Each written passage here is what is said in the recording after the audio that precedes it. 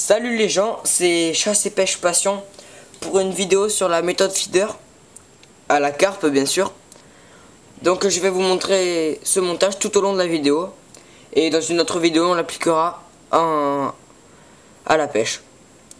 Donc ici il nous faut un hameçon numéro 8 ou numéro 7. Donc ceux-là c'est du numéro 8, c'est pas ceux que j'utilise.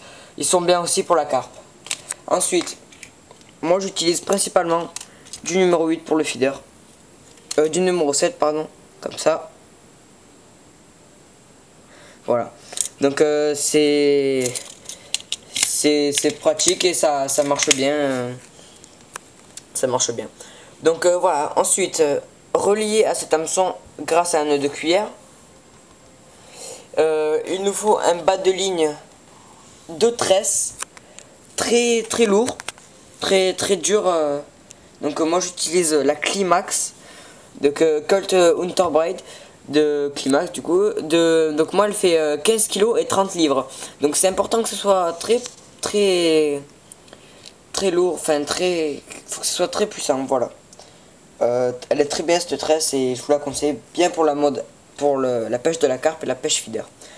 Donc ensuite au bout de ce bas de ligne là, on arrive à l'étape la plus importante. Donc là j'ai 4 émerillons collés qu'on achète comme ça. C'est 4 rollings, vous allez voir votre magasin de pêche, vous dites ça, 4 rollings. Donc voilà, vous attachez toujours par un nœud de cuillère. À l'autre bout aussi vous attachez un nœud de cuillère. Donc ensuite il nous faut du fluorocarbone. Donc peut-être que sur le blanc vous le verrez pas trop, mais ça se voit un peu. Donc du fluorocarbone à peu près 1 mètre. Donc moi j'utilise la Incognito de Criston. Aussi bien c'est un très gros centième, du 24 livres, c'est du 0,50 c'est du 50 centièmes et c'est du 10,9 kg. C'est très important que ce soit dur. Ensuite un feeder.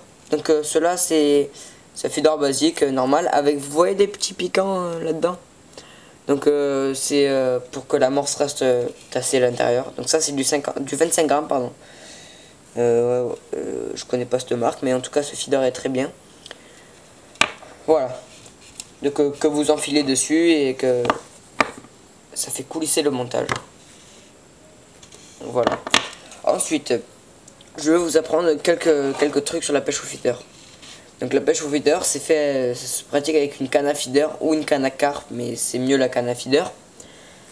Donc très important un bon moulinet avec beaucoup de fil. La canne est constituée très longue et surtout très légère. Donc souvent faut la prendre en carbone, sinon ça casse tout de suite ou ça marche pas. Donc ensuite, quand vous avez ce montage là sur votre canne, donc vous reliez le morceau de fluorocarbone à votre nylon ou votre tresse. Bon, c'est mieux tresse de très petits de très peu de centièmes, ou alors un nylon de centièmes à peu près normal comme la pêche à la carpe.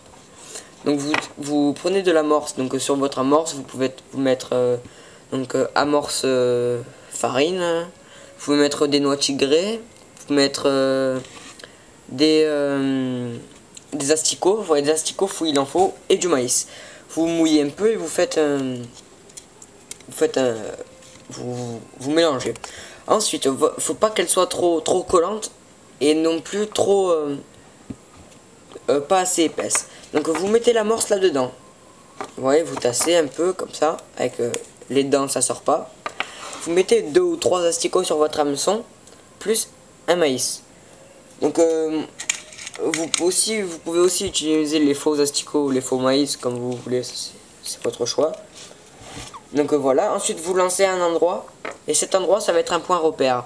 C'est-à-dire qu'à chaque fois, tous les 5 minutes, il faut remouliner, récupérer le feeder et recommencer l'étape, la première étape que je vous ai expliqué. Donc mettre l'amorce et relancer. Ce qui est très important, c'est que le feeder est une pêche très précise. Donc tout le temps, il faut pêcher au même endroit.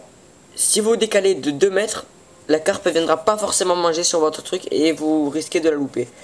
Alors que si vous lancez au même endroit, vous avez beaucoup de chance à prendre des carpes.